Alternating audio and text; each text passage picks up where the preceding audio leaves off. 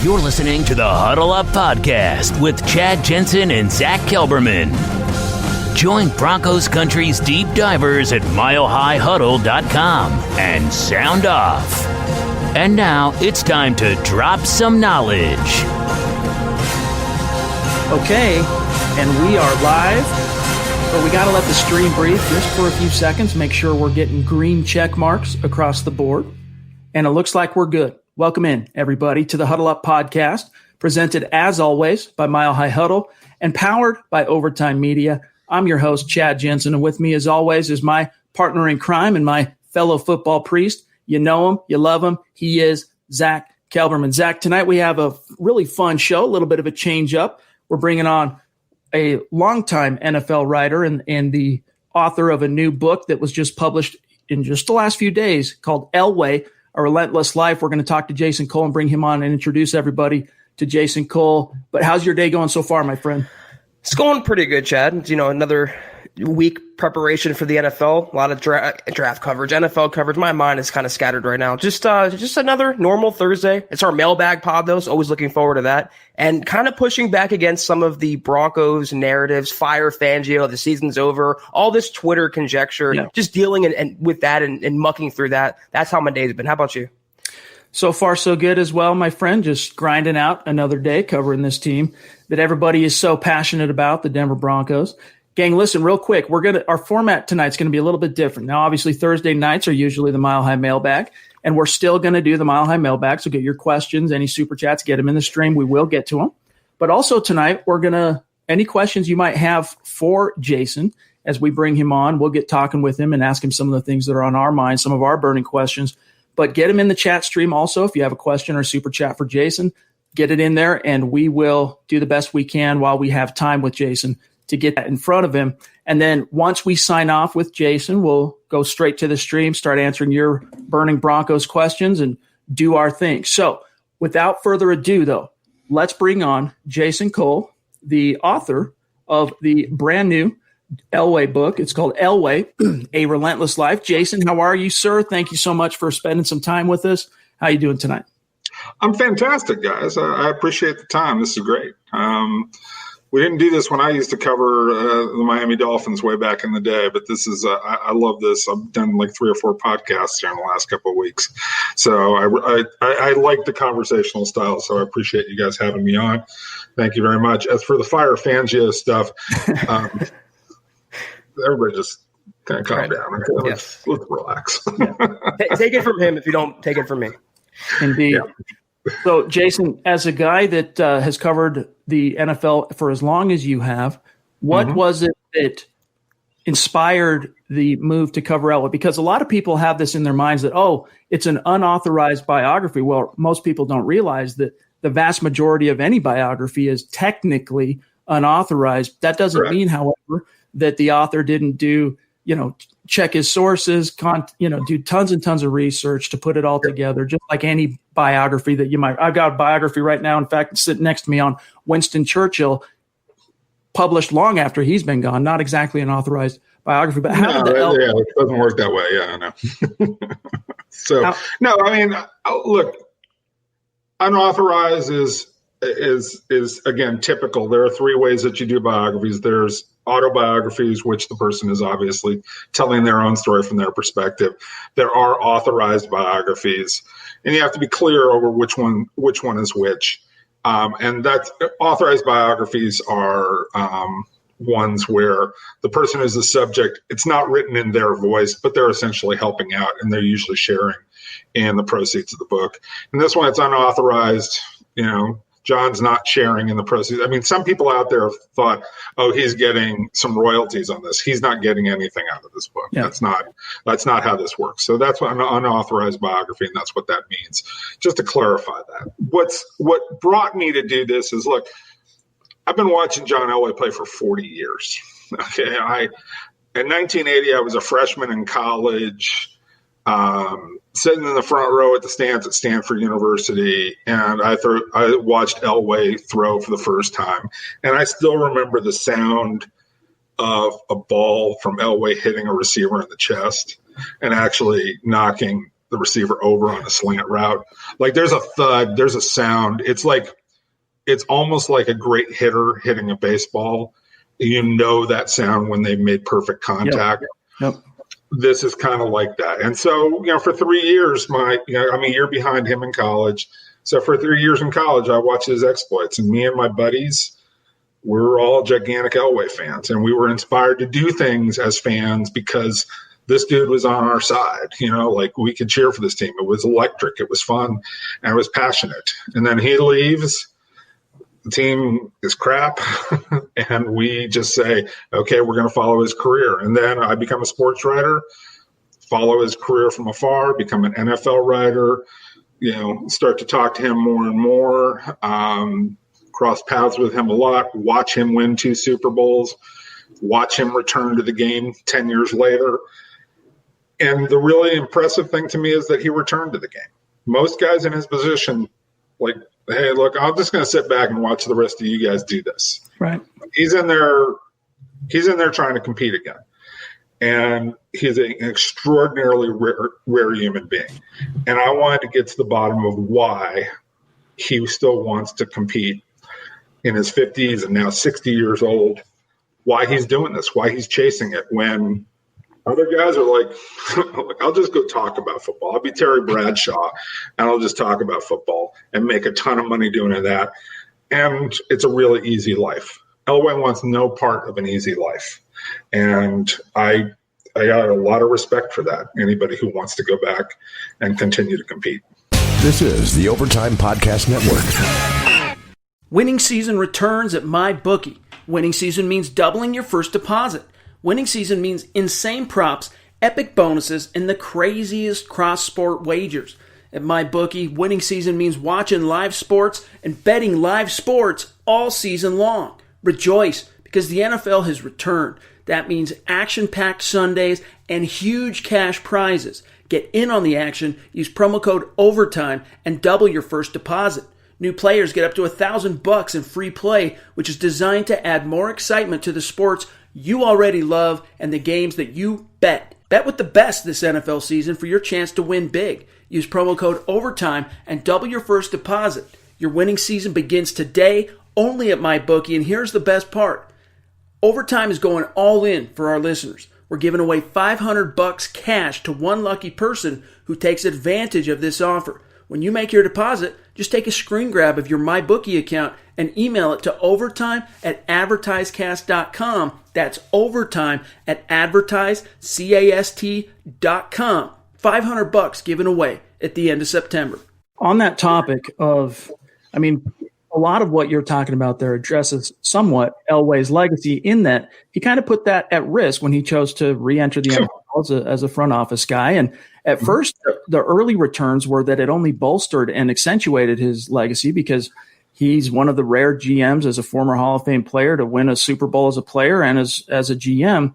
But these last few years have, in many ways, perhaps compromised or at least put at risk that legacy. After all the research and all the people you talked to and just your view over the many decades that Elway's been an NFL guy, how much do you think his legacy as a Hall of Fame quarterback and then just the name John Elway has been tarnished, just say, since post Super Bowl 50? Look, let me first say that there aren't a few GMs out there who've won Super Bowls and then come back and done this, okay? There are only 2 human beings in the history of the NFL who have ever won a Super Bowl as a player, made it to the Hall of Fame, and then come back as either an executive running a team or as a head coach. That's Elway and Mike Ditka. Those are the only 2 who've ever done this, okay? Lots have tried. Raymond Berry, lots of other guys have tried. Bart Starr tried it. Obviously, it hurt Bart Starr's legacy when he came back as a coach in Green Bay. But eventually, people just remember the days when he was a quarterback. And so, in the short term, yeah, is Elway going to take a little bit of heat because he hasn't been able to pick out a quarterback and they haven't gone back to the playoffs since Manning left? Sure, that goes with the territory. But he's not afraid to compete. He's not afraid to say, look, I'm going fix this problem. I'm going to get there somehow, some way. And he's going to keep trying. And I think the people who are sitting there saying, well, why haven't we gotten back to a Super Bowl? Could you have a little bit of perspective? Like 2 in the first 5 years wasn't so bad, right. That was okay. That's not a bad thing to live off for the next 5 years. And I know that that frustration, as you say, is accentuated because he's trying to pick out a quarterback. And you would think that a Hall of Fame quarterback would know how to pick out the next quarterback, right? Like you would see that's a natural. But that just tells you how hard it is. Like I think about Ozzie Newsome, one of the greatest GMs, Hall of Famer turned GM, who led a team as a GM to a couple of Super Bowl victories. And I think about that a lot. And look, the best quarterback he ever picked out was Joe Flacco. And people would argue that Joe was just a good to maybe very good quarterback. And that's the nature of the beast. They're hard to find. Jason, putting a book together of this magnitude, it's not easy. It takes hours and hours and days and digging and reporting. And what you've come across in putting this book together, what has been the most memorable or pleasurable experience about learning about the Broncos? And conversely, what is the most stunning thing, or what was the most difficult thing to glean for this book from Elway and from the Broncos? I'll start with the second part. The most difficult thing is to peel back the motivations of a human being when they're complex and when they're driven like this. And because you want to get it right. Like you want to really understand where does it come from and what are the things what are the touchstones from their life? Like, playing ping pong with his dad when he was 11 and 12 years old, and they'd be playing till 2 or 3 in the morning in the basement. Right. And John would literally be crying because he couldn't beat his dad. Right. Or just the competitiveness with his teammates when he was in college, or the way that his dad talked to him. His dad never coached him, like literally, he never coached his teams. People often get that mistaken. They think, oh, Jack was on the field coaching those teams. He never coached him in Pee Wee football. He never coached him in Little League. He never coached him in high school. He never coached him in college. The only time Jack ever coached him when they were on the same team together was at the Shrine game after John's senior year in college, right? And so it was one all-star game, a meaningless game. So, but what Jack did is he would counsel John after games. Like in high school, the first thing John would do, instead of just going straight to the pizza parlor to, have, pizza and with the guys and, check out the girls or whatever you're going to do after the game on a Friday, he'd go home and he would talk to his dad for, 20, 30 minutes.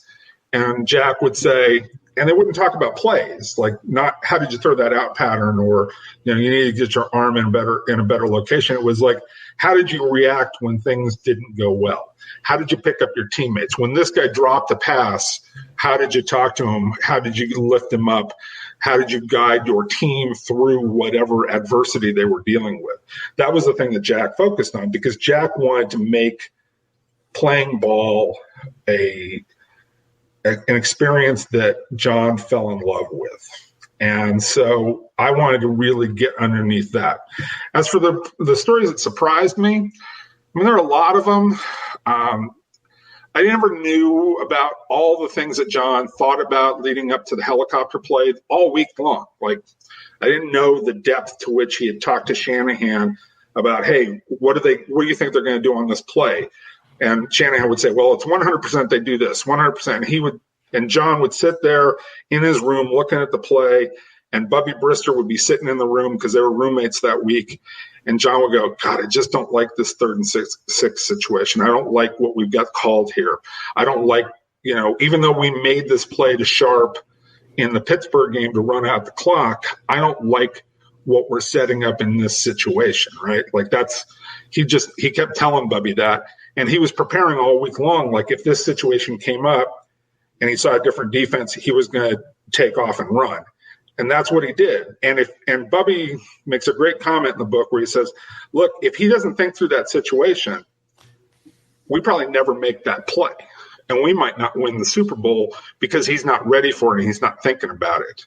So that was a great one. I think the whole Darryl Strawberry, John Elway game when they were in high school playing baseball against each other is really fun. The backdrop of the drive is really fun. There are some incidents in college, like when he was living in what we termed the animal house, the Delt house at Stanford, like finding out some of the stories about that.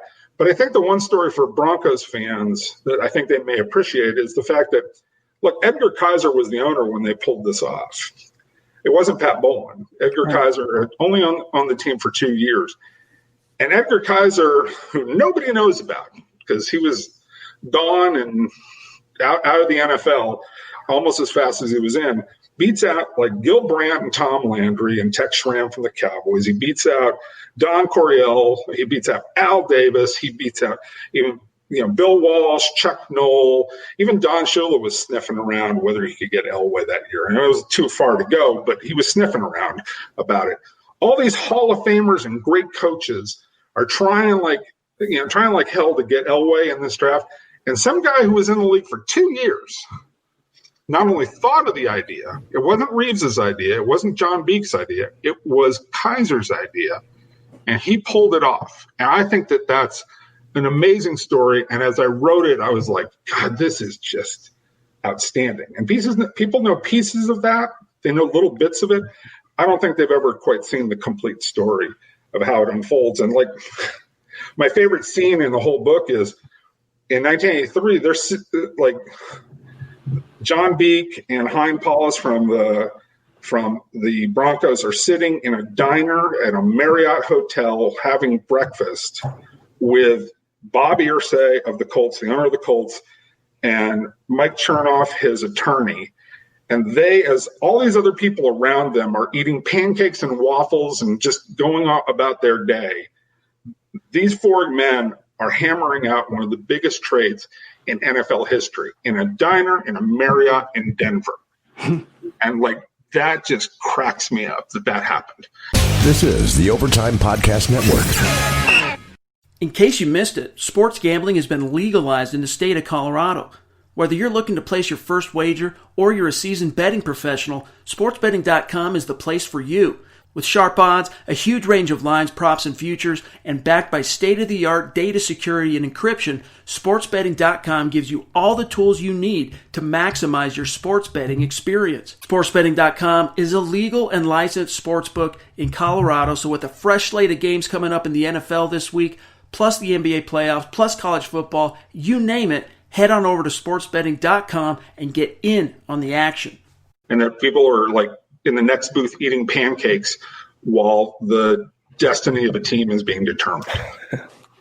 That's great stuff.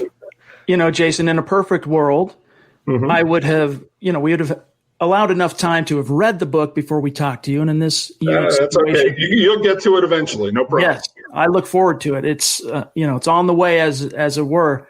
One thing that has kind of predominated the topics here, and a lot of fans are going to recognize this, is some of the anecdotes that come out during Elway's early time as then VP of football operations when he joined the Broncos in 2011, rejoined, I should say, in 2011, and just some of the stories that have come out, not stories, talking points, tropes, whatever, about Tim Tebow. Now, one thing that some in Denver media have challenged is that Tim Tebow, that he wouldn't talk to media as the backup quarterback, and that he never had individual, media scrums, if you want to call it that or whatever, until he became the quarterback. And I haven't read the book, so I'm not going to pretend to say that I know exactly how you reported it. So instead of me trying to poke and guess, some of the, I don't want to necessarily call it controversy, but some of the rebuttals that have taken place from very well-known Denver media personalities, what are they missing on that? And tell us basically what you were trying to convey. Obviously, I'm going to read the book. Zach's going to read the book. We suggest everyone in our audience read the book, of course, but just kind of fill us in on some of that maybe got, lost in translation or people getting their wires crossed, including me. That's how you and I, in fact, cross paths. So if you wouldn't mind talking about that.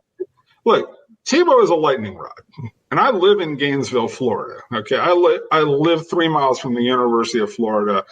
I've seen that statue in front of the stadium a ton of times. I taught as an adjunct professor at the University of Florida for 10 years, okay? So I know what Tebow is, all right? And I understand it better than probably any Denver fan ever possibly could. He's an amazing individual. He was a fantastic college quarterback, and he's a great story, right? He is an inspiring story, especially if you're Christian, okay? And I get all that, right? And I understand, and certainly I take no disagreement with any of that, okay? But there are things that Tim has done because in developing his platform and, you know, his talking points and trying to maintain his brand and all those things that we talk about now that sound like sophisticated marketing. Mm-hmm. Look, they didn't jive with being a backup quarterback, all right? And, you know, demanding, you know, money to do appearances sometimes, depending on what the appearance was like. Like one of the things I report is that his brothers asked for $50,000 for him to do a YMCA fundraiser that was being handled by John's ex-wife, Janet, right? And right. Janet, the people around her, when they heard about it, she was angry about it. They were angry about it because John never charged for those things. And, you know, it got people a little bit, you know, sideways. Now, the one thing about him, you know, doing, you know, press availability in the locker room, look, he did that, okay? Right. Maybe not in the formal way that the starting quarterback does it every week, but he did plenty of it. And he didn't recede into the background the way that a backup quarterback is supposed to do. And that's what people on the team, and this doesn't come from Elway, it comes from other people on the team and in the organization, were upset about with him. And famously, when the banner went up, right, you know, that said start Tebow, you know, when Orton was off to such a bad, you know, start in the 2011 season. When that went up, Tebow didn't come out and say, look, guys, I appreciate the support, but you need to not do that. Let's let the team handle this. He didn't try and quash it. And there were people who were upset with that when he didn't try and quash it. And, you know, it's a tough situation for him because he wants to play. So I don't think Tebow was necessarily really wrong, but it was a difficult situation to navigate and became even more difficult because, in a sense, the team outperformed his ability as a quarterback and made the playoffs. And all of a sudden, everybody started to really believe in him, that he was a long-term answer, while pure football people understood he wasn't. Right. So there's a lot of little conflict. And the one quote in there that, you know, people have gotten upset about, but it was said to me, is, and it wasn't said by John, but it was said by a member of the organization, is he's the most self-centered, humble guy I've ever met in my life. Yeah, right. That quote is in there, and that's a reference to Tebow. But I don't want to, like, I guess it's, when you read it in print, it's really harsh, and I get that. I don't think it's as if you heard it in words the way we're talking right now, you would probably understand it's not quite as harsh as that. But look, this was not always a comfortable situation. And in part because, look, the team wasn't completely behind him because they had come to the conclusion he wasn't the long-term answer, even as he's winning games. And that's hard for people to understand. When you're winning games, people want to buy in, and I get it. Yeah. Zach, I wanted to ask one question real quick, and then we'll get one or two from the audience, and I'm sure you have one more too, and then we'll get to the audience. You, I know you talk about in the book, of course, it's toward the end of the book, but Elway's, you know, his front office tenure and addressing all that, and that's where the Tebow stuff comes from. But you also talk a lot about his recruitment and the selling process, if you will, of Peyton Manning. And I'm just dying to know from the people you talked to and the research you did on that topic, what was the biggest takeaway from how Elway went from, you know, having the Broncos basically as an afterthought, non-factor in the national conversation in terms of who's going to land Peyton Manning when the Colts, you know, inexplicably cut him, to all of a sudden Peyton Manning chooses the Denver Broncos, and, you know, here we go. What was the biggest takeaway from that for you? It's all John to me, and it's not John because he was such a great salesman. although I think he did a good job. It's John because of his presence and who he is. And when I say that, I mean, look, if you and I have reported, and if you spent 15 years reporting on the Broncos, and I come in and I say, compare notes from the 15 years I spent covering the Dolphins, and we can compare stories like how did you write this, and what was your perspective, and when you asked questions, what did you do? Like, we can talk the same language, right? When Peyton Manning showed up in Denver, and he's looking at John Elway, he's looking at a guy, they can talk the same language. They know what it's like to hold that ball in the middle of the field with 80,000 people screaming at you and millions watching on television, and you're playing for a world championship, right? They know that feeling, and they know what it takes to get there and to win it, and all the little things that have to go right and all the things you have to build. And then there's a trust between those two guys. It's unique. It's incredibly unique. I will maintain to this day, and I don't know that you can exactly get an answer, but I would say the key ingredient is John Elway. And not only John Elway because he could have that conversation, but he also understood Peyton's mindset. And he talks about it in the book is, if I had been like Peyton and I'd been someplace for 10 or 11 years, and trust me, John got close in this because there was almost the trade to the Washington Redskins in the middle of his career when, that thing was a big blow up between him and Reeves. But he was saying, look, if I had been like Peyton, been someplace for 12, 13 years, and I just got cut and released from there, I probably don't want to talk to a whole lot of people. I don't want, their sorrow, their pity, their, compassion. I just want to deal with it myself. And now I'm dealing with this whole free agent thing, trying to find a new home. I'm not going to bother him. And he would just sit there and like, don't bother anybody. Don't try and call anybody. Don't try and figure out what Peyton's thinking. Don't go to any people around him. Fox would come in every morning and then again every afternoon going, have you heard anything? Do you want me to make any phone calls? Do you want me to do something? And Elway would just sit there and go, look, John, just wait. And John, is a classic former college recruiter when he was a college coach. Right. He's wanting to get out there and do the hard sell and find out whatever he can. And Elway's sitting there going, look, this is what I think. This is what I feel. If I was in his shoes, I'd want to just be left alone. So he left Peyton alone and said, he'll come to whatever conclusion he comes to. And I just remember, Patrick Smythe telling me that great story about, the day that Manning's about to call him, because they've been told he was going to call on a certain day, at a certain time, to tell him what the decision was. Elway's just got a golf club in his hand and he's just swinging it back and forth as if it's just a regular old day, just kind of, lazily swinging it in his office. Like, okay, here it is, whatever happens. And then the phone rings. He's never nervous. He's always calm. He was always confident about it.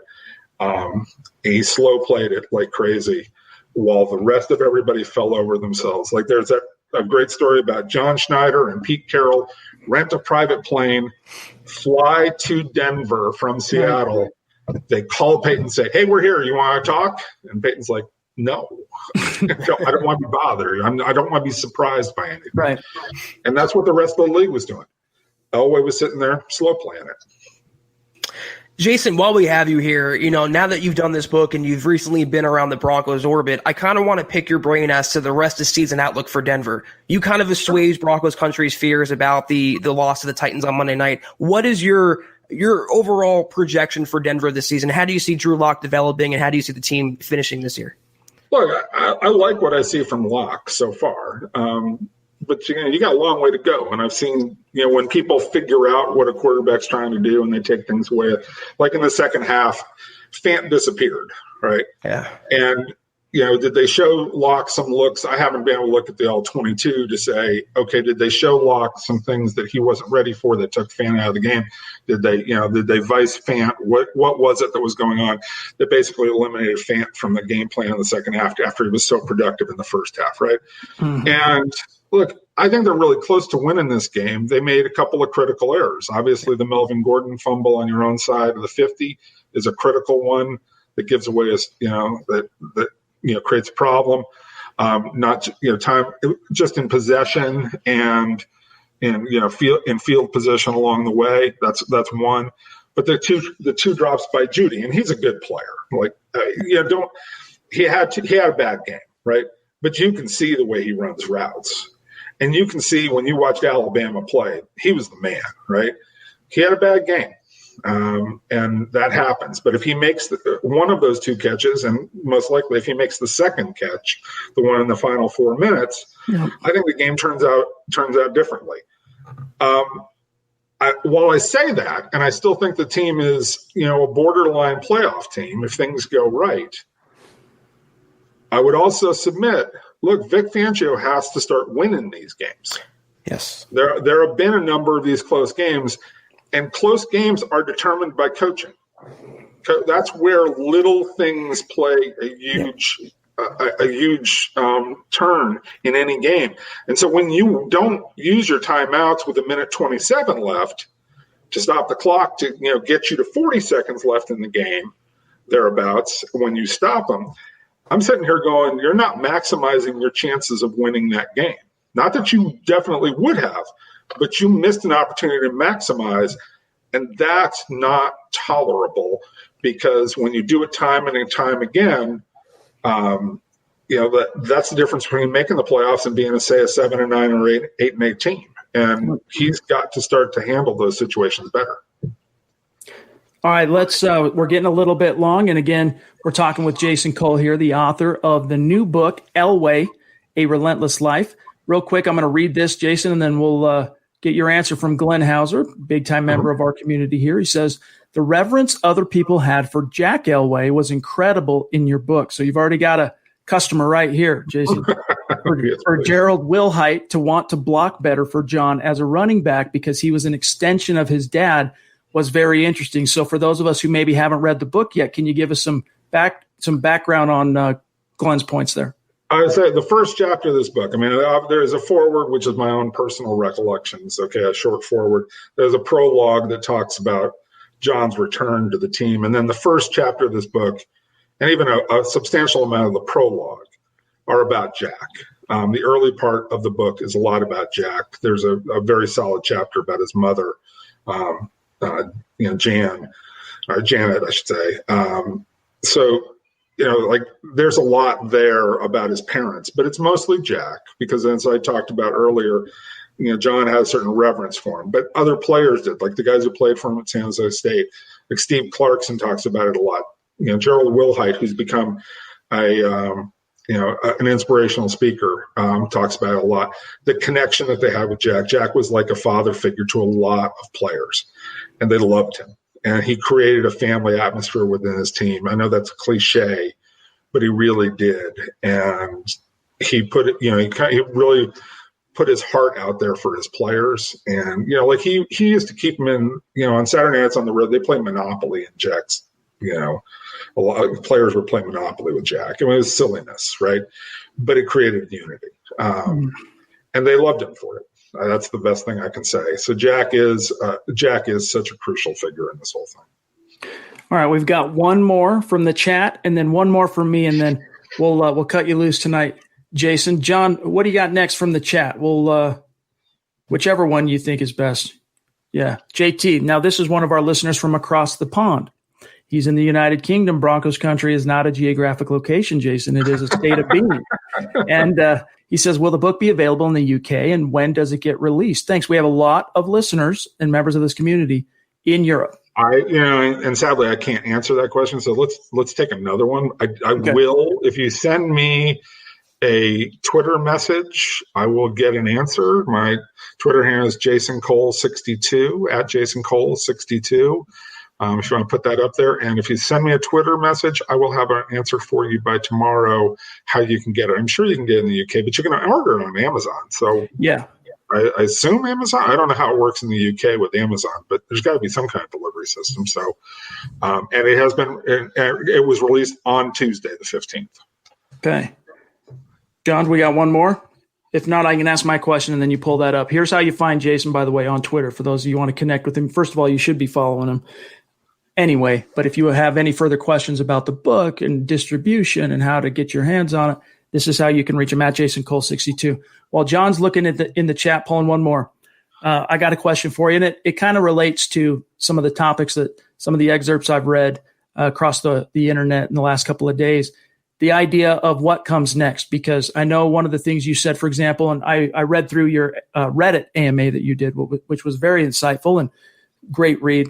One of the topics you addressed in that is kind of what comes, how much longer is Elway going to remain in the Denver Broncos for an office? And Broncos country, the fan base, are pretty aware that his contract as is runs through 2021. Based on what you've seen, what people you've talked to, what do you foresee happening, also within the context of this kind of up in the air ownership situation and being managed by a trust and the whole 9 yards? What do you see as kind of Elway's exit strategy and what the future might hold there? I don't think he necessarily has an exit strategy. I think he wants to do this as long as he possibly can. And I think that, while you guys raised concern about, look, the last 5 years haven't been as good. And so there are some questions out there the last, 4 years since they won the Super Bowl. There have been questions. I think that people like Joe Ellis, it doesn't take much for them to remember the final days of Josh McDaniel and how that didn't go as planned, and how the team struggled a lot, with Mike Shanahan over the 10 years that he was running it post Elway. So I think a lot of people sit there and go, okay, you guys might be complaining about the last 4 years and how things are going, but we're going to ride or die with John Elway as long as we possibly can. Now, what throws this up in the air clearly is what's going to happen with the Bolin family and the trust. And I think that there's a lot that, they want to keep the team within the family, obviously, with one of Annabelle's children. I think that that's the most likely outcome. I think it's Brittany. Is that the daughter? I get them all. Yes. Confused, so. She's the one that they've kind of taken under their wing with the trust. I think that's the one, but obviously you've got infighting within the Bolin family that's going to make this a little bit difficult. And so I don't know how it's going to exactly play out. But these things get sticky when people sit there and go, well, if you're going to have control, I want my money and I want to get out, so you're going to have to buy me out. And you're going to wonder, as the Bolin family, does Brittany have the kind of resources to buy out some of her, brothers and sisters and, stepbrothers, stepsisters, that kind of a situation? Yep. So it becomes difficult. I will say this, that John has been incredibly supportive of the Bolin family and them staying there, because I think he wants to work for the family and wants to be there. But I would also say that he's probably got a number of friends who would probably line up to buy the team as well. So even if the Bolin family doesn't stay on, I think there's a fair chance that John Elway would stick around, even if they don't have it, if one of his friends ends up buying the team. Now, I know Robert Smith in Denver, who grew up in Denver and has done finance. He's been qualified and he really wants to buy the team. But I think there's a long line of people who want to buy the team as well. Okay. There's one right here. I'm going to grab do you have the Glenn at 621? I'm trying to find it. Okay. Last question for you, Jason. And again, thank you for joining us. We're talking with Jason Cole, the author of the new book, Elway, A Relentless Life.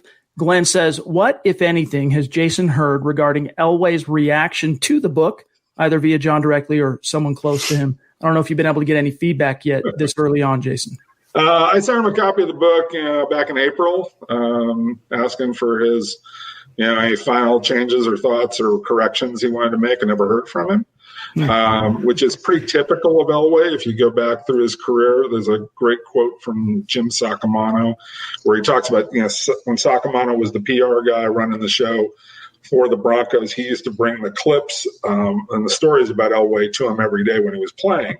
And he would show them to him, and Elway would look and go, well, are all my quotes correct? And Sacamano would go, well, yeah. He goes, well, I don't care. As long as my quotes are correct, I don't really care what they're said. That was his sort of approach to it. He didn't care about the media and the attention all that much. So that I know that his friends, I've had a couple of his friends read the book. They thought it was really good. So I got positive reaction from them. But John directly, no. But I just, that's his, he kind of shrugs at these things and moves on. Well, Jason, speaking for all the guys here on the Huddle Up podcast, we can't wait to read the book. And as soon as I get the book, I'm going to sit down, read it front to back, and then we'll do a little segment here on the show doing kind of a little book report, takeaways from the book. And when that day comes in the near future, maybe we'll reach out to you again. But thank you so much for joining us, guys. As you can see here, Elway, it's called A Relentless Life. We've got the link to purchase it in the chat. Go check it out. And also, as we've mentioned a couple of times here tonight, follow Jason on Twitter at JasonCole62. Jason, thank you so much for giving us some of your time. Guys, no, thank you very much for the time. I really appreciate it. Enjoy it. Have fun with it. Not only the book, but the season and everything you guys are going to do. I really appreciate it. Reach out anytime if you have questions about anything. And people can reach out to me on Twitter and ask the same thing. But thank you. Thank you, Jason. Thank you, Jason. Have a good evening. This is the Overtime Podcast Network. All right, there he goes, Jason Cole. Now we're going to march on with the show, but man, just awesome. There's so many questions that I actually still have that I wanted to ask him that I'm going to end up asking him privately. That we just, we don't have all day with Jason, so we kind of had to get to those in the chat. But man, his insights on now. Look, the whole Tebow thing is controversial, and as we all know, Zach, Tim Tebow's name, not just in Denver, but in Florida and in many parts of the United States and the world for that matter, is sacrosanct. I mean, it's so when people read anything that is in any way demeaning of Tim Tebow, there's going to be a natural bristling.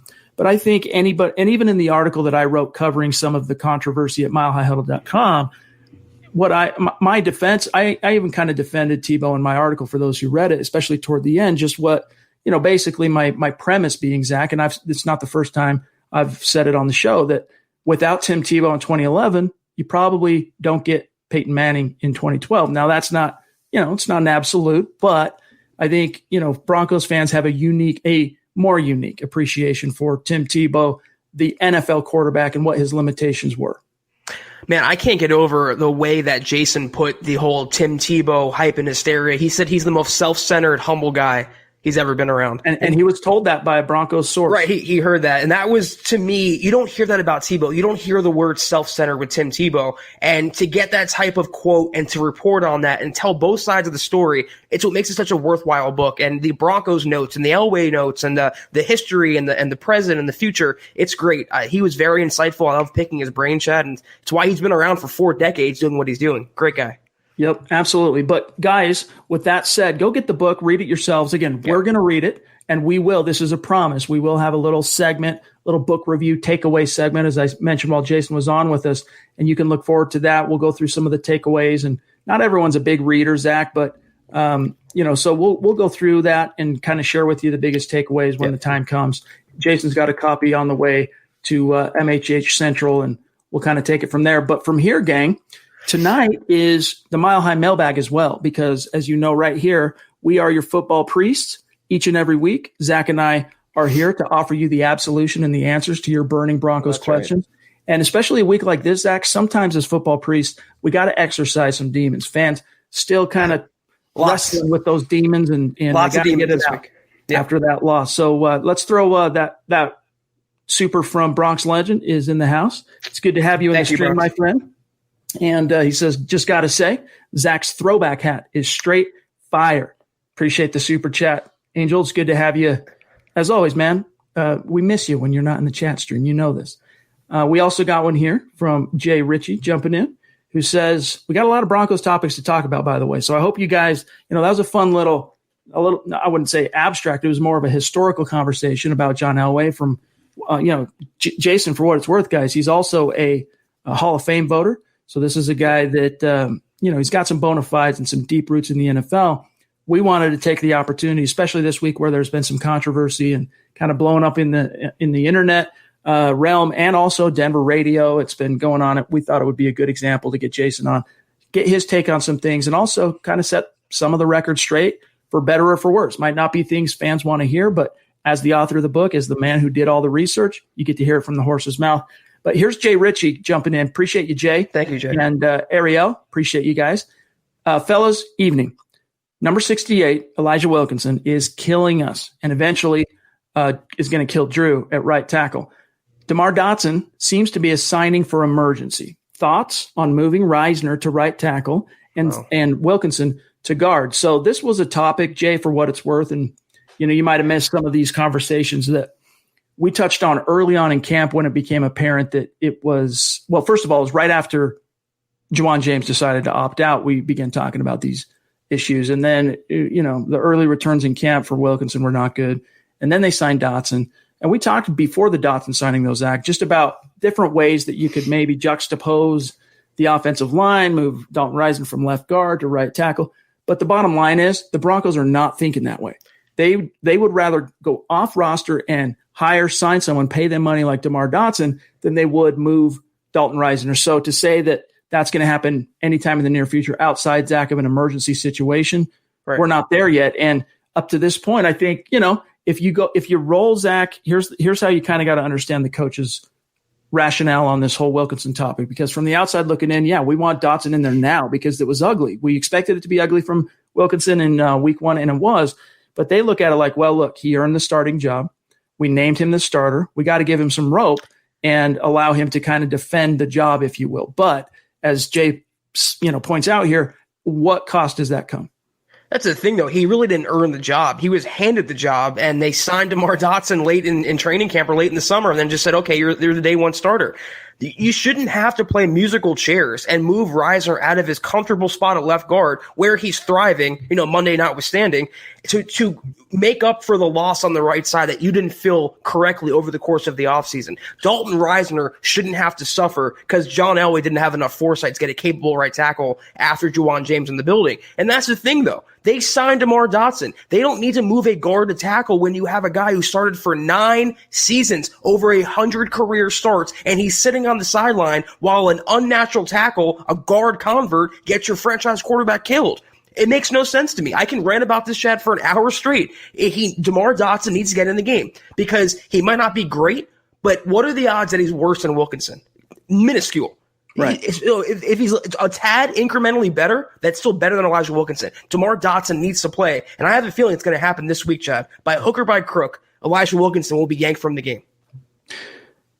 MHH Mount Rushmore superstar Zeus McPeak jumped in early in the show, might have even been before we went live, and we're saying hello to him. He's heading out. He had some things he had to do. He'll be listening after the fact, but appreciate you as always, Zeus. MHH Mount Rushmore. OG, to be honest with you, and really, really do value what you bring to the community. He says, hi, all. Heading in to see my midnight text, so won't make the pod. But, of course, go Broncos. Stu is just – we have so many of our superstars and members of the community are here on every single pod, and they're supporting what we're doing here, keeping the wheels turning, as it were, here at MHH. Yeah, Stu is incredible, and even when he can't watch us live, he's still leaving us a little memento just to show that he's Zeus, and that's why we look up to him and we praise him. And it's well deserved, Chad. It's all sincere. And Stu, every single podcast, your support and your relentless devotion to us is appreciated. All right, we also missed one from Bronx Legend. Appreciate you, my friend. His super chats. He says, this whole fire the coach stuff is funny to me. Anyway, got to show some love to the best pod in the planet. Really appreciate that, my friend. Really do. And like I said, man, when you're not in the chat stream, we feel it, Angels. So when we're live Sunday nights, Sunday after games, or Monday, but Monday, no matter what, Wednesday, Thursday. So it's good to have you back in with us, my friend. But let's talk about this. We only briefly scratched the surface on it before we brought Jason on. But the idea that fans have right now that some fans, I don't want to paint with too broad of strokes, but it was we addressed this a little bit last night too, but it was extremely brutal on Facebook trying to curate and moderate some of these comments and just the emotional knee jerk. And then you got guys like, I just lost his name. The dude from The Fan. What's his name? The former Mile High Sports publisher. What is his name, dude? Anyway, you got one of the main guys. It'll come to me. At The Fan does this kind of in charge of the digital content they do there with the internet and the blogging on that side. James Marilat. There it is. Anyway, saying, no, I'm telling you now, fire Fangio. That was a fireable offense. Time to move on. Make Mike Munchak the head coach and move on. You've already seen top of the mountain with Vic Fangio. Call a spade, turn the page. And to me, it's just ridiculously premature. It's just the fan being the fan. And I hate to say that, but they do that for those knee-jerky, impulsive, reactionary takes because they like to capitalize on what they think of the pulse of the fan base is feeling at that moment. Let me tell you, the sect of Broncos fans who think that Fangio should actually be fired is very small. Most Broncos fans have enough foresight, enough intelligence to know one game does not determine his fate. He gets this year regardless of what happens. Literally regardless of record, he gets the entire season. 2021 may be a different story, but Fangio is safe for 2020. And even if he wasn't, he wouldn't be fired after one game either way. And you can argue, Chad, I was thinking about this earlier, we have not seen Vic Fangio for the most part, and we haven't in one full season with Bradley Chubb and Von Miller as his linebackers. We haven't seen Fangio with the completely healthy defense, nor a capable quarterback. Locke started 6 games in total now. So we have to see a little more of the picture come together before we cast the ultimate decision on Fangio's fate. I'm a little more tentative than I was after Monday night because he had a lot of glaring kind of year one mistakes, but they're correctable. And they have a lot of talent on this team, a lot of upside. So regardless of what the fan says or what knee-jerk Broncos fans think, Fangio is safe for 2020. We got Bronco Batman jumping in. Good to have you in the stream, my brother. A star in the community. He says, it was a tough loss, but we can bounce back. Great job, guys. And, I really appreciate that, Zach. That kind of brings up something that we need to get to real quick, and that is, and I'll explain this segue, so bear with me on it. But we got to quickly say thank you to one of the sponsors of tonight's show, sportsbetting.com. Gang, head over to sportsbetting.com. There's a reason I'm bringing them up now, in fact, and join for a risk-free week of betting up to $500. And, it's legalized. Gambling is now legalized in the state of Colorado. So get your, if you are so inclined, use sportsbetting.com for that type of thing. And one of the things, Zach, we learned from sportsbetting.com, in fact, I had a few DMs on this topic today. The Broncos originally opened as 6.5-point dogs on the road this week to the Pittsburgh Steelers. But since Monday night, that has actually grown to 7.5 points. So yeah, the national scope and the odds makers, Vegas, if you will, they're definitely betting on the Broncos not only losing this coming game, Zach, but losing by a pretty comfortable margin if you're for the Pittsburgh Steelers anyway. I have not fully kind of come to exactly how I see this game based on what we saw from the Broncos, based on what we saw from the Steelers.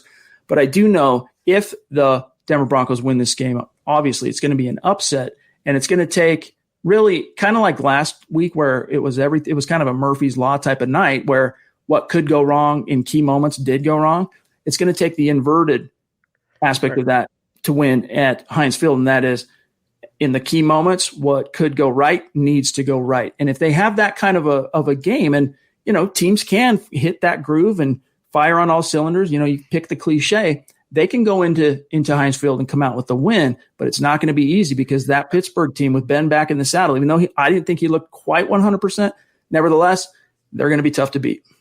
Yeah, I mean, I'm not surprised about the line opening what it did. They get 3 points for being the home team either way. So a touchdown, favorites isn't that great considering after, the Broncos lost and the Steelers won. Heinz Field traditionally is such a tough place to play for opponents. It's like playing in Seattle or New Orleans, fans or no fans. It's just a really tough place to play in. The Big Ben and the Steelers offense, they look really good, minus some injuries they have there. It's going to take a Herculean effort. It's going to take everything, like you said, Chad, firing on all cylinders. And the Broncos, it's going to be like an early litmus test for them to see how they respond to a brutal loss, mostly at their own hands on Monday night. Even if they lose this game, I want to see how they play after a loss. I had this game as a loss originally a couple months ago. I'm not deviating. I think it will be a loss. It's just, I'm being honest. But how they play in this game, how Locke plays, how the defense plays, if Fangio coaches better, that would give me either encouragement or discouragement going forward. And if they lose this, Chad, they go 0-2. And this is why the Titans game was so crucial. 0-2 with a must-win against Brady and the Bucs at home in Week 3. Now, say what you want about Brady and the Bucs. They're beatable. He's not the same quarterback, but having that must-win already so early in your season is definitely not ideal. That's why that Titans game stung so much, Chad. They have to stack the wins where they can because they lose to the Steelers, which I think they will. 0-3, they lose to the Bucs, let's say. I hate to say it, the season's over. Yeah. I mean, we saw what happens when a team starts out 0-3, 0-4, it completely reshapes your chances, even if you get hot late in the year, like the Broncos did once Drew Lock got in there. And so that's why from the outside looking in, we can say, oh, chalk it up. It's looking like a loss. Inside the Denver Broncos locker room, they have to come ready to win at all costs, you know? So it'll be interesting to see how it shakes out. Another thing Jason said, and it's he phrased it differently, but one of your tropes, I'll say, is that in critical moments like that, when it's a tough game, it really is which team is coached best typically comes out on top. And in that particular game, Fangio was outcoached, and it's not because of things I should say it's because of his mistakes. All right. It's rookie type mistakes that just frankly, again, they can chalk it up to saying Fangio can say, I'm falling on the sword. And I'm saying, look, I was too consumed with calling the defense. My bad. It won't happen again. And even today, defensive coordinator Ed Donatel called it an anomaly. But I really don't think that's what it was. I think Fangio, and he was wrong, but he had made a decision. And the decision was not caught up in the moment. The decision was this kicker is in a slump, can't do anything right.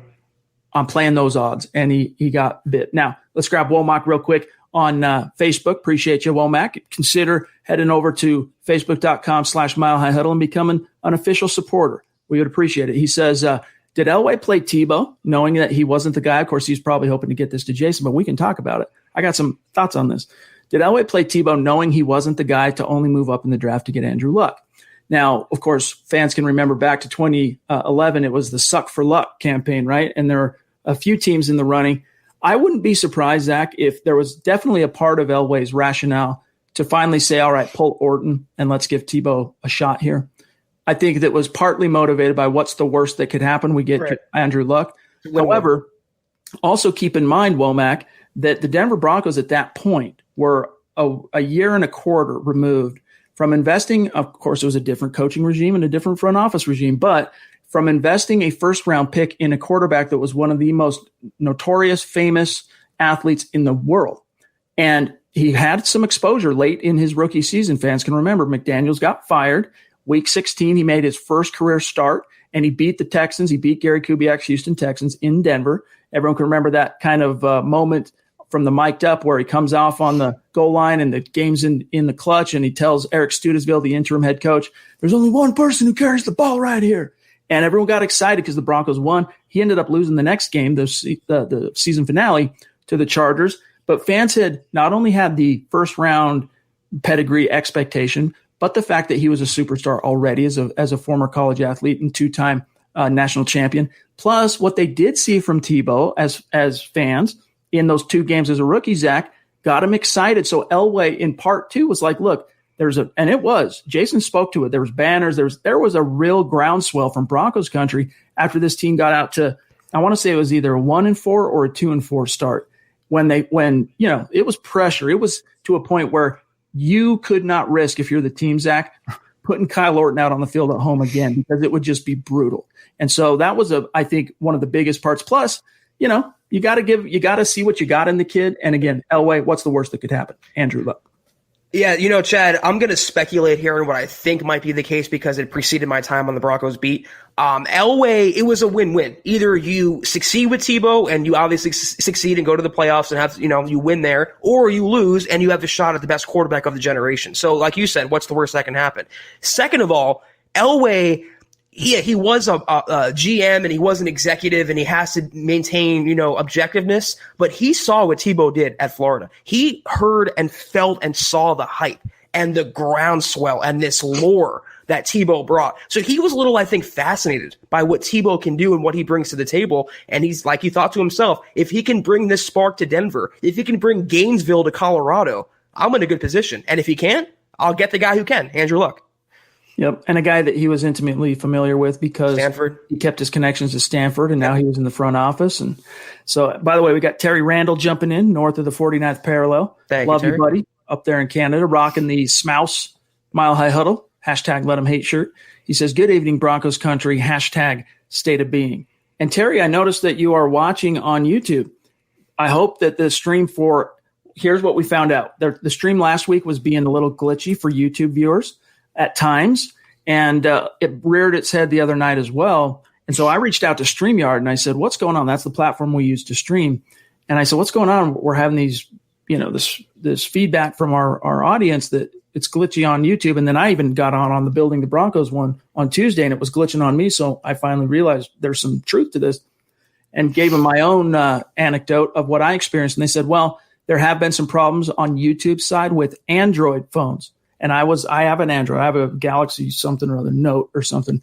And anyway, that was the problem. But they assured us that it both sides are aware of it, and they're getting it hammered out. So glad to have you with us, Terry. We got Dion Rodriguez jumping in. Good to see you, my friend, 2 nights in a row. Much respect, my friend, and appreciate the support. He says it's probably been discussed, but where do you think Devontae Bosby stands on the depth chart? Well, we haven't discussed it tonight, so this is virgin territory for this episode here this evening. But well, I think it stands to reason, Zach, and there could be one exception to this, but I think it stands to reason that as the last corner to make the roster, basically, he's probably the low man on the totem pole. However, that could change, and here's why it could be the exception. Unlike Ryan Tannehill, who didn't really – there wasn't a noticeable push on Tannehill's part to pick on the rookies last week. It was kind of a carte blanche in the play-action game. He just threw to the open guy, and there were just a lot of open guys in the middle of the field because the linebackers and safeties were just getting sucked in on that play action, just biting on the fake. Ben Roethlisberger, though, is a guy who – already knew 3 nights ago, that the Broncos are leaning on 2 rookies, that A.J. Bouye is hurt, and that Michael Ojemudia and Aseng Bassi were playing starter snaps. He will, Zach, exploit that. So I could see Fangio and Ed Donatel going, you know what, let's play Bosby. Let's go straight from the practice squad to playing him because, I mean, when's the last time Bosby faced that type of a quarterback? Technically, it was week 5 when he got hurt, but it was really early, or week 5, yeah. But really, if you think back to week 3 when he went against Aaron Rodgers, broke up a couple of third down passes, played really well in that game. If I'm Fangio and Donatel, I'm giving him a serious role this week. I am too, but you asked this question to us 3 months ago, and we're all saying he's a number 3 cornerback, no doubt about it. But obviously the Broncos thought Devontae Harris and Duke Dawson were better cornerbacks than Devontae Bosby. Bosby had no business on the practice squad to begin with. I'm happy he's on the roster now. It sucks that it came at the expense of A.J. Bouye.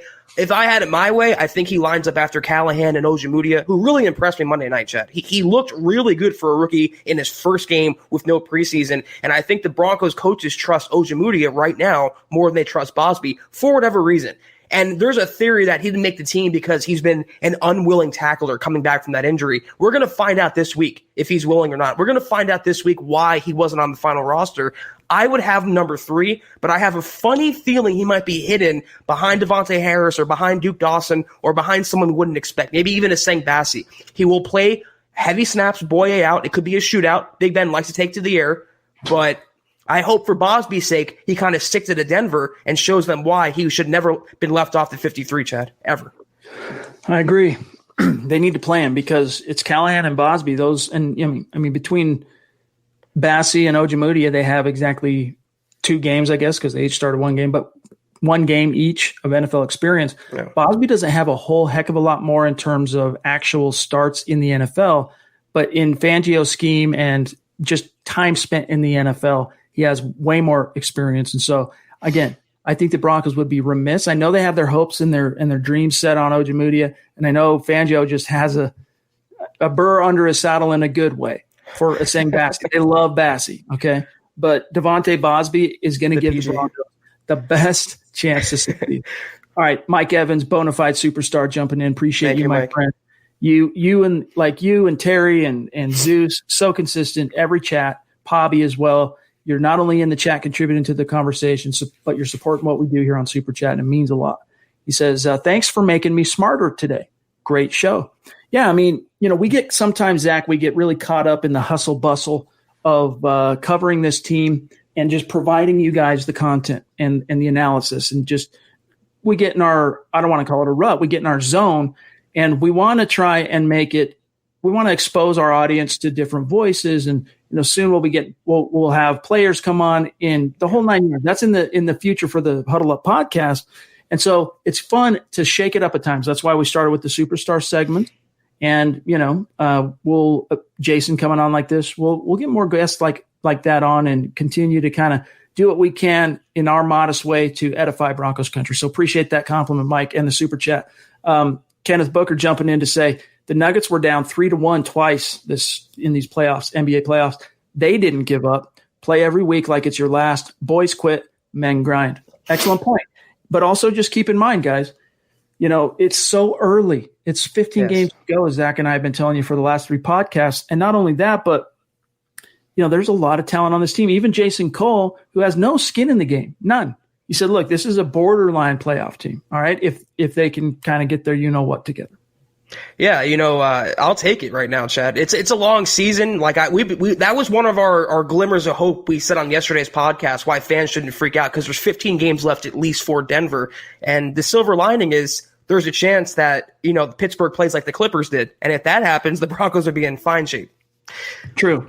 It takes a choke job for a team to overcome 3-1 for what it's worth. Dennis Woods jumping in, bona fide superstar as well. Much love to you, Dennis, up in Michigan. He says, coming in late, but had to show appreciation. We're grateful for that. Can't believe coaches can't see how bad Wilkinson is at right tackle. Get Dotson in there. Preach, Dennis. I mean, right now you're preaching to the converted. You're preaching to the choir, as they say. Yeah. And we're with you on that. I just don't think fans should get, Zach might differ with me on this, but I don't think fans should get their hopes up that you're going to see a change at right tackle in the first quarter of this season. That's just my take. I just think that if he's hurried on Sunday continuously, and it might happen with TJ Watt, that they're going to have no choice, Chad. I mean, how could you subject your quarterback to that when the fans see it, and I'm sure the players see it? If he gets chased down or sacked, he will be out of the game, Wilkinson. That's my prediction. Well, here, Kenneth says, I'm not scared of the Steelers. They didn't impress me against the Giants. Here's what jumped out to me watching that game. Okay, 3 things real quick. First of all, Ben's back, and that's important. 3 touchdowns through the air. Second, they lost James Conner, and I forget his name now. Thank you. Comes in, rushes for 100 yards. Then that defensive front, good Lord. That is just, I think Fangio, he said they're the best or one of the best defensive fronts in the NFL. And so, it's a significant challenge. And, when you have a veteran quarterback at the helm like that, that's not only got talent and, improvisational skills and can break the pocket, he's hard to sack. I mean, sometimes it takes 3-4 men to bring down Ben Roethlisberger. And granted, he's long in the tooth, but this is a guy that's been through every battle the NFL can throw at him. 2 rings. Is it 3 trips to the Super Bowl and 2 rings, or just the 2 rings? Either way, he's as battle tested as it gets, Zach. So I understand you might not be scared of the Steelers, but they are going to be a formidable presence in the AFC this year if Ben stays healthy. I don't think I'm scared of any team, because any team is beatable, and it happens every single week. That being said, though, the players are one thing. I think the Steelers in many cases have the advantage there, the personnel, but also the coaching. Say what you want about Mike Tomlin, Chad. He's won a title before. He's a fantastic coach who's one of the most underrated guys, I think, in the NFL. To go 8-8 last year, losing both of your quarterbacks, starting Duck Hodges, it was a terrific job in itself. Now Tomlin, if Fangio got outcoached by Mike Vrabel, what is going to happen this week with Mike Tomlin? That's what I'm wondering about. It's going to be a lot. It's going to take a lot for Denver to upset the Steelers. That's all I'm going to say about that. We got Pobby in the house. Thank you so much, my friend. We want to talk about thank you, Pobby. Superstar and being consistent. Really appreciate your generosity and everything you do in the community, Pobby. She says, thank you, Chad and Zach, for all you do. Love and go Broncos. Very sweet of you. Thank you. And we do appreciate it. Here's one from Gary jumping in. Do you all think Fangio will give more control of play calling to his coaching staff now? No. He already said he's not going to. And Ed Donatel backed him up on that today. He said, look, we got over 200 games that we've coached together. And that's formidable, right? That's like a solid sample size, 200 games that Ed Donatel and Vic Fangio have been in the trenches, figuratively speaking, together. And he maintains perfect confidence in their system in terms of, I'm not just talking about the defensive system. I mean, their system and the way they go about interpersonally working with each other and just how they roll on game day and all those things. It ain't going to change anytime in the near future. And we've had a couple of articles this week at milehighhuddle.com, one by Eric Trickle, one by Luke Patterson, kind of pounding the table with the bottom line takeaway being Fangio needs to adapt or he'll die. Again, figuratively speaking, adapt or die. Fangio's got to evolve, Zach. And I just don't see if evolution means, Zach, him giving up play calling duties, then he'll go down with the ship. It just ain't going to happen. He's too stubborn. And you know what? We all think he's this selfless guy, this old school guy, and he paints himself that way, but he has a big ego. He ain't giving up play calling so fast, Chad. I mean, that's been dictated already. And what he said yesterday about the timeout situation, he said in one answer, he's not going to change anything. And that he was asked why he's not going to change anything. And he goes, it was an anomaly. We hope to be better. So it's going to stay the same, but be different. That answer made no sense to me. And it's coming off like a guy who is really set in his ways. And unless he loosens that up a little bit, kind of like Elway, the GM, unless he takes advice from those around him and kind of looks himself in the mirror, he's not going to evolve as a head coach. That's what scares me about Fangio. Zach, I don't want anyone else calling the plays defensively. I don't either. What I want is they need a guy up in that booth with an analytical background that can look at game situations as they're happening in real time and provide solid recommendations.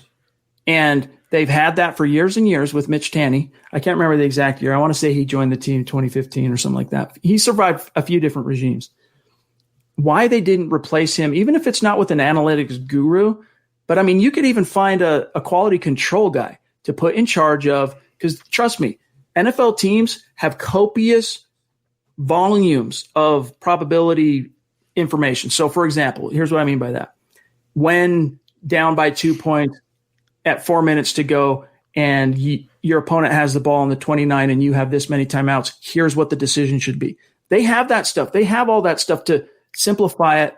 But my question is, Zach, who's relaying that information to Fangio when he's on the field in the heat of battle and conveying it to him in a simple, coach, here's the recommendation, Fokker out, basically. That's all he needs is the recommendation, and then Fangio can make that call. All right, real quick. Grab Levi. Sorry, John. Levi Hope, a name I don't recognize on Super Chat. Welcome, Levi. So thank you so much. And, welcome, Levi. Very generous of you, my friend. He says, always seem to miss the live shows. Thanks for all the hard work you fellas do. Well, comments like that and that kind of support really does make it all worthwhile to us, Levi. So, hey, if you're on Twitter, make sure you reach out to us and connect with Zach and I so that we can shout you out after tonight's show. Very, very grateful for your support. But, Zach, that's the thing. I want Fangio calling plays because I think you could maybe make an argument that there's 2 or 3 other coaches currently in the NFL that are as good at play calling defensively in the NFL today. But he needs someone to help him simplify that decision-making process in key situations. Yeah, I agree with your premise. I definitely do. I want him calling the plays. He needs some help, but does everything have to be so spoon-fed to the man, Chad? He's 60 years old. He's been around the NFL for 40 years now. His offensive coordinator was a head coach. His offensive line coach was a head coach. He literally does not have to worry about offense. And as the head coach, Chad, the whole team is his responsibility. Offense, defense, and specials. That's his responsibility. And on defense, he brought along his coordinator, his longtime buddy in Donatel, who he's worked with from stop after stop after stop. How much easier does he want it?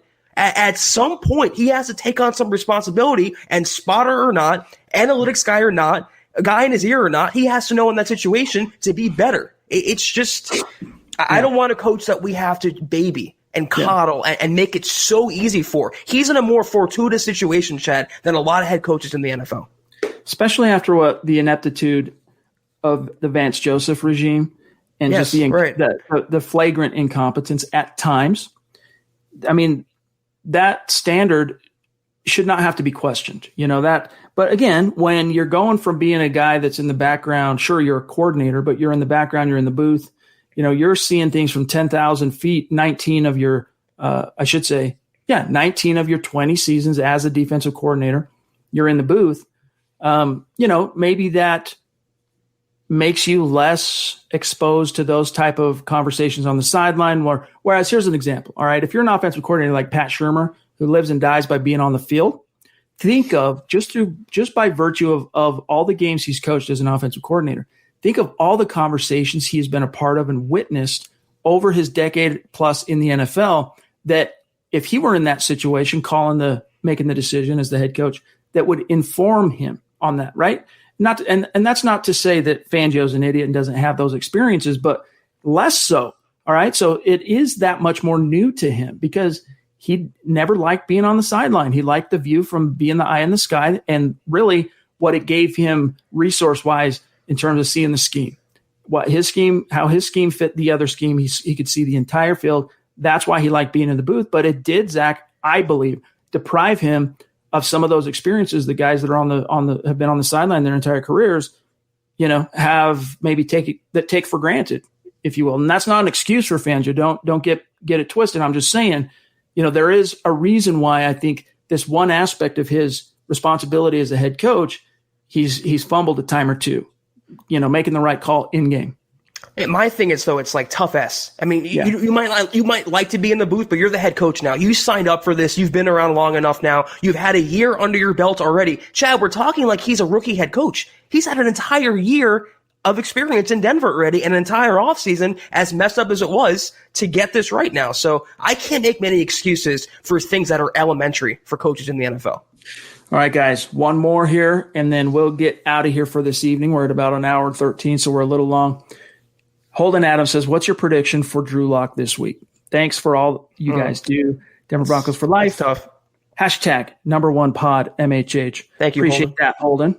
Well, first of all, our predictions for exactly what we expect to see happen in the game itself, score, winner, all that, the nuance, will publish tomorrow in the Mile High Roundtable at milehighhuddle.com. So stay tuned for that. But what do you expect to see from Drew Lock this week? This is a triple-edged sword, Chad, if such a thing can exist, because it depends on multiple factors. Are the Broncos getting blown out? Because if that happens, then he might just get garbage time stats and touchdowns. Is his protection going to hold up? Is Elijah Wilkinson going to be in the game? Is Garrett Bowles going to hold up again? He has a sprained elbow now. I mean, there's a lot of factors at play here. I think Locke, it's such a tough spot. Like I said, playing a Steelers defense on the road without maybe Cortland Sutton, without Phillip Lindsay. As long as he progresses, and I'm going to give kind of a cop-out answer here, as long as he progresses, he stops drifting back in the pocket, he can make some nice throws, and he stays healthy. It's another game for his development, win or lose. I'll get more into it in the roundtable, Chad, specifically with stats and stuff, but it depends on the Broncos' protection and the game flow. If they get behind early, he's going to have to throw a lot. If they start managing the game, if they can get a lead, they're going to run the ball. So I just want to see how he progresses from week 1 to week 2. Yeah, I mean, if I'm making a prediction, I'm saying that he's probably going to be around 250 yards. I think he'll throw a couple of touchdowns because I think the Broncos are going to have to throw to win this game, to be in the game. Yeah, all right? For sure. And I think – because look at his stat line last week, all right? He ended up with something like 229 yards. I don't have it right in front of me. 1 touchdown, QB rating of 95. If he connects with Nick Vanette, now he's got 2 touchdowns in the end zone on the goal line, that turnover on downs. If he hits Deshaun Hamilton in the fourth quarter, he's got 3 touchdowns. And if Jerry Jeudy still allow Jake but his drop, but if Jerry Jeudy even only drops one of those passes, Lock's over 300 in the debut this week or this year. All right. So I think that tells you Pat Shurmur's scheme is going to be a really good fit, is a good fit and is going to produce some stats and some production here for this Broncos offense. The question is, does it happen this week against the Pittsburgh Steelers? And I think it does. I think he throws his first pick of the season, but I don't think it's a dagger that kills the team. I do think he'll throw his first pick because they're going to have to lead. The tip of the spear this week is going to have to be that right arm because that Steelers defensive line is just animalistic. And easily. Melvin Gordon, look, he's got some power to him, and having that good of a defensive line isn't a deal breaker because you have Graham Glasgow, you have Dalton Reisner, you have Lloyd Cushenberry, and you have Garrett Bowles and also Elijah Wilkinson. All 5 of those guys are good run blockers. So, there will be the who wins, the immovable object or the unstoppable force. We'll see. But I do think when it really comes down to it, Zach, if the Broncos are going to win, Locke's got to have a big day through the air. And I do think he will have a big day. It's just a matter of, is it going to be enough? Yeah, that's very well said. And it could be like a Texans game, Chad, maybe without the winning and the upset, but a big performance like that where the Broncos are carried on the strength of his right arm. So I'm with you, though. For them to win this game, he's going to have to either out-duel Big Ben or go to toe-to-toe with Big Ben. All right, guys, we got to get out of here for tonight. Sorry that we had to make the Mile High mailbag basically half as long as it might normally be, but we'll be back in the saddle, of course, Sunday, immediately following Broncos Steelers for the gut reaction. And then, of course, as well, we're going to be coming to you live at halftime. So probably, depending on game flow, we might even go live a little bit early for halftime. But we will be live for that 12 to 15-minute window during halftime. So make sure you join us for that, whatever platform you prefer, YouTube, Facebook, Twitter, Twitch, whatever one is your jam. Make sure you join us for that. You'll get the notification as soon as we hit go live, but just be ready for it. And then, of course, the gut reaction following the game. So until then, of course, you got Dove Valley Deep Divers tomorrow night and then Mile High Insiders on Saturday. Zach, have a great close to your week, my friend, and I can't wait to see what happens on Sunday. You too. I think, win or lose Sunday, Chad, it's still a Broncos game. We're still going to see the team in action and Drew Lock in action. And if they just they can play a little better and be coached a little better, they'll have a chance in this game. But regardless, I'm looking forward to seeing you guys again on Sunday. Have a good weekend, everyone. Make sure you're following the main account, Mile High Huddle, on Twitter. Make sure you're following the podcast on Twitter at Huddle Up Pod, and my partner, Zack Kelberman, at Kelberman NFL. You can find me at Chad and Jensen. And then again, one last shout out to Mr. Jason Cole, who spent so much time with us here tonight answering our questions and some fan questions as well. Follow him on Twitter at Jason Cole 62, and then go get that book, Elway, A Relentless Life. A lot of good information in there, things you'll learn about John Elway and the Broncos that you don't know right now. So check it out. And again, thanks to Jason. For Zack Kelberman, I'm Chad Jensen. We'll see you guys on Sunday. You've been listening to the Huddle Up Podcast. Join Broncos Country's deep divers at milehighhuddle.com to keep the conversation going.